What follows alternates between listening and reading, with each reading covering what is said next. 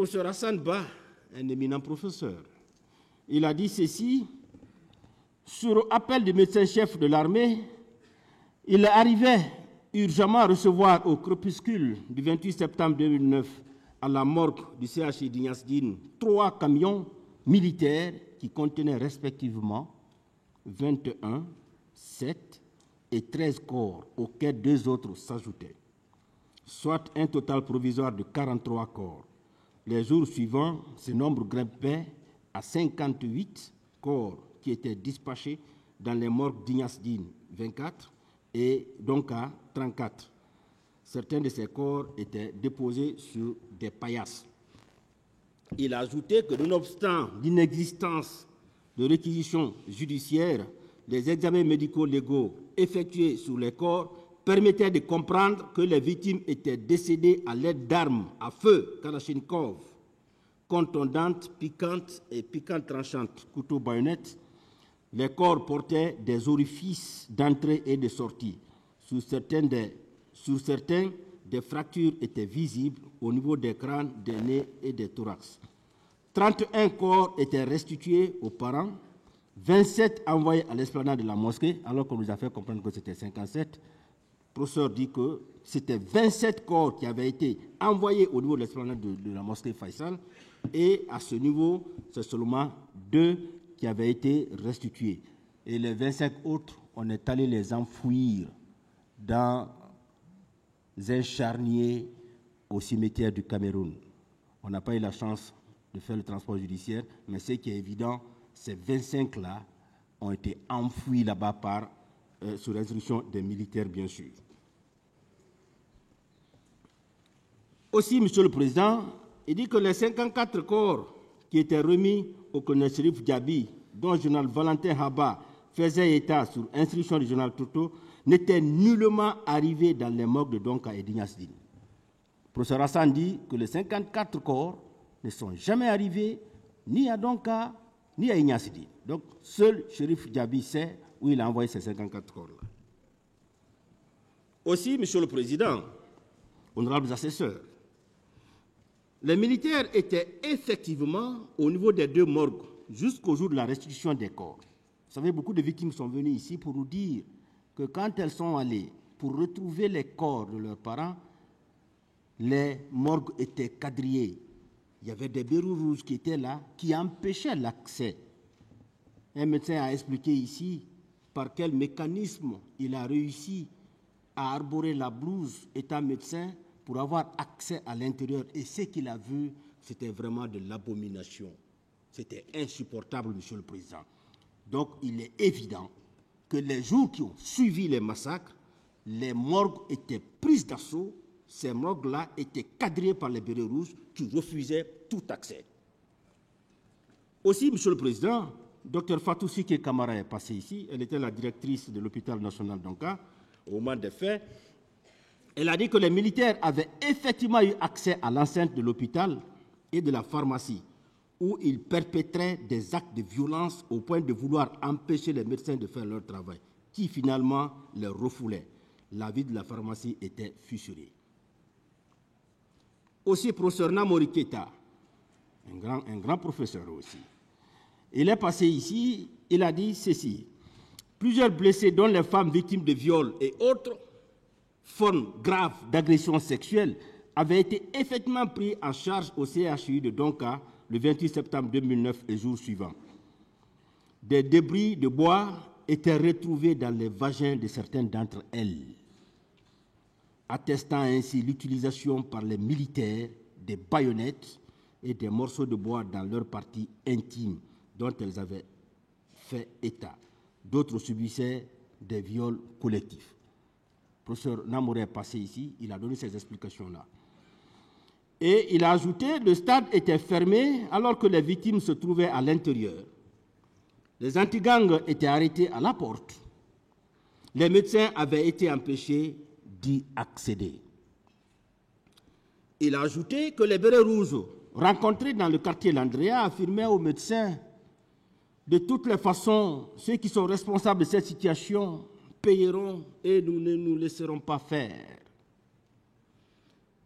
Des militaires investissaient l'enceinte de l'hôpital Donka et y lançaient de la grenade lacrymogène.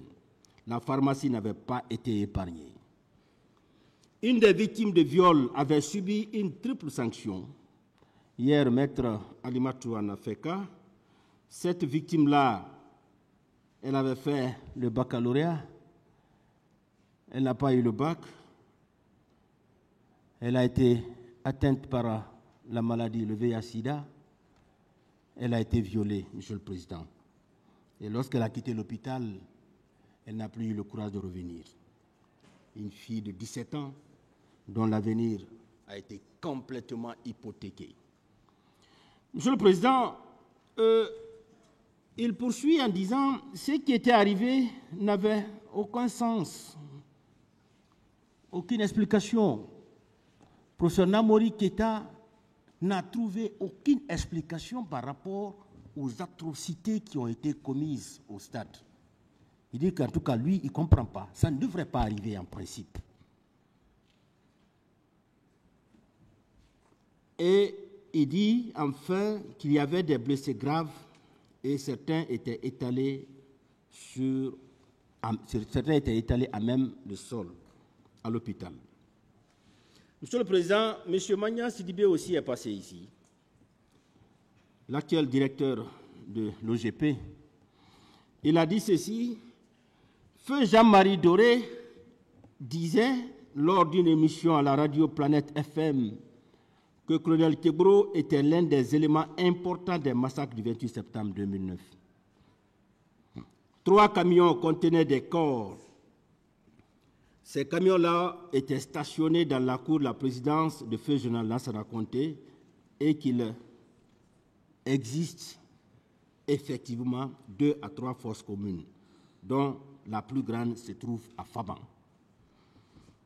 Il a dit également que l'accusé d'Addis refusait que les corps soient envoyés dans l'enceinte du camp Alfaya Diallo pour ne pas qu'ils soient vus par les personnes qui y étaient fréquentes. Les mêmes sources lui disaient qu'environ 300 corps avaient été jetés dans la nature. Monsieur le Président, M. Cheikh Sidia Diabaté était également venu. Il a dit ceci: à mon arrivée au camp Samori Touré, les agents me disaient que 2 camions bâchés remplis de cadavres étaient stationnés dans la cour de la résidence de feu général Lansana Conté. Il partait lui-même vérifier dans l'un d'eux et apercevait effectivement les corps entreposés. Certaines personnes parlaient de 5 camions. Il ajoutait également que les 3 agents que lui avait dépêchés au stade lui disaient avoir vu 2 à 3 personnes tomber et que c'était des militaires détenant des Kalachnikov qui s'y étaient rendus. Et il finissait en disant qu'il apprenait qu'il y avait des charniers à Faban, à Cameroun et ailleurs. Après donc les témoins du ministère public, Monsieur le Président, les parties civiles également ont fait venir 4 témoins qui ont été reçus par votre tribunal. Le premier, c'est M. Alpha Mamoudou Diallo, blanchisseur, qui est domicilié à Koya. Il a dit ceci: j'entendais des sirènes qui venaient de la Bellevue, les jeeps pleines de bérets rouges entraient dans la cour. Pivi était en tête, il saccageait tous ceux qui se trouvaient dans la cour et dans la maison et emportait d'autres biens. Il brisait les vitres des véhicules qui se trouvaient dans la cour. Un d'entre eux détenait le couteau et le fusil et disait que si je bougeais, il allait me tuer. Il n'y a pas ce qu'il ne faisait pas dans la maison. Le ministre de la Santé arrivait en tenue militaire avec ses gardes du corps. Il donnait des coups de pied aux malades qui étaient à même le sol et disait « c'est bien fait pour vous ». Ceux qui tiraient au stade portaient des tenues militaires couleur unique. Aussi, M. Ismaël Ba, logisticien domicilié à Lambagny, est passé et il a dit « alors que les gens priaient, quand le musée avait fait le premier appel, les tirs commençaient, le gaz lacrymogène était largué. Ça tirait aussi vers la piscine. Tout était fermé. On ne savait pas comment sortir. Il y avait des fils électriques barbelés qui étaient posés sur les murs. Je recevais un coup au niveau de l'épaule. Les assaillants avaient des fusils et des bâtons. Je voyais une victime qui avait été éventrée, tenue par des gens. Un groupe de militaires cassait les véhicules chez Elhadj Selou. Il y avait beaucoup de morts. À la mosquée Faisal, les mouches volaient au-dessus des corps qui étaient exposés. Des gaz lacrymogènes étaient lancés à l'intérieur de la mosquée par la police. Alors que nous étions en train d'inhumer les corps à la demande des personnes âgées qui étaient parmi nous, nous apercevions quelque chose d'un peu plus grand, 5 à 10 mètres, qui ressemblait fort bien à un charnier dont je peux toujours reconnaître l'emplacement. Les gendarmes en treillis et les policiers de la CMIS administraient des coups. J'avais vu au stade une femme nue qui marchait et qui voulait sortir. Je voyais les bérets rouges qui poignardaient les gens, d'autres assaillants étaient en culotte. Monsieur Ba, oui. Dites au tribunal tout ce que vous savez sur les événements du 28 septembre 2009. Très bien. Merci, Monsieur le Président. Monsieur le Président, Mesdames et Messieurs les assesseurs, Messieurs les procureurs, Mesdames et Messieurs. Le témoignage que je vais faire ce matin va s'articuler autour de 3 axes. Dans un premier temps, je parlerai de la réception et de la consignation des corps. Dans un deuxième temps, je parlerai de l'identification des corps ou de certains corps et de leur restitution. Et dans un troisième temps, je parlerai des causes et des circonstances des morts des personnes examinées à la morgue de l'hôpital Donka et Ignace Ly. Monsieur le Président, Mesdames et Messieurs les assesseurs, le 28 septembre, aux environs de 18 heures, j'ai reçu un appel d'un médecin, un médecin militaire, en fonction au service de santé des armées. Il m'a dit ceci: Docteur, la hiérarchie militaire me charge de vous dire de venir à la morgue de l'hôpital Ignace Ly, de recevoir les corps des personnes décédées ce matin au stade du 28 septembre et de les mettre dans la chambre froide. Dès que j'ai reçu cet appel, je me suis déplacé. J'habite la banlieue de Conakry. Pour arriver à Ignace Ly, j'ai fait à peu près 30 à 45 minutes. Je suis arrivé à Ignace Ly aux environs de 19 heures. C'était le crépuscule. Et il était l'heure de la prière. Je me suis acquitté de la prière. Et dans l'arrière-cour de la morgue, pour ceux qui connaissent l'hôpital Ignace Ly, qui fait face à la mer, j'ai trouvé des collègues médecins militaires. Ils étaient tous en tenue, ils étaient, comme je l'ai dit, en service, ils travaillaient au service de santé des armées. Ils m'ont dit: docteur, il y a eu des morts d'hommes ce matin. Donc c'est pour cette raison que vous êtes là, vous allez vous occuper de la réception de ces corps. Quelque temps après, pendant que nous étions arrêtés dans l'arrière-cour de la morgue, nous avons reçu le premier camion, un camion militaire qui est arrivé. À son bord, il y avait 21 corps. Ce camion militaire, au bord duquel il y avait 21 corps, était accompagné par des hommes en tenue. Ils ont commencé à descendre les corps, et entre-temps, j'ai demandé aussi aux préposés de la morgue, aux étudiants en médecine qui étaient en stage et à tout le personnel de mettre en dispositif en chaîne pour pouvoir recevoir les corps et les envoyer dans la chambre froide. Après avoir reçu ces 21 corps, je rappelle que la morgue de l'hôpital Ignace Dine a une capacité de 10 corps. Et c'est une morgue qui reçoit les décès hospitaliers et extra-hospitaliers. Donc, au moment où ces corps sont arrivés, il y avait naturellement d'autres corps qui étaient déjà dans la chambre froide. Le problème, il fallait faire un réaménagement pour pouvoir loger ces corps qui venaient d'arriver. Quelques minutes après, il y a eu un deuxième camion. Ce deuxième camion avait à son bord 7 corps. Et tout de suite, je me suis dit, et j'ai informé les collègues médecins militaires pour leur dire que j'aurais un problème de place. Pour une capacité de 10 corps, j'ai déjà 21 plus 7, ça fait 28, plus les corps qui étaient là, ça me pose un problème. J'ai essayé, avec les préposés de la morgue, de faire des aménagements pour quand même encore recevoir les corps. Pendant que je faisais cet aménagement pour recevoir les corps, il y a eu un troisième camion qui a déposé 15 corps, ce qui fait un total de 43 corps. 43 corps dans un espace de 10 places, c'était très difficile, pour ne pas dire impossible. J'ai aussitôt réquisitionné la morgue de Donka pour leur dire d'envoyer quelques corps à la morgue de l'hôpital Donka. Et nous avons retourné quelques corps à la morgue de l'hôpital Donka.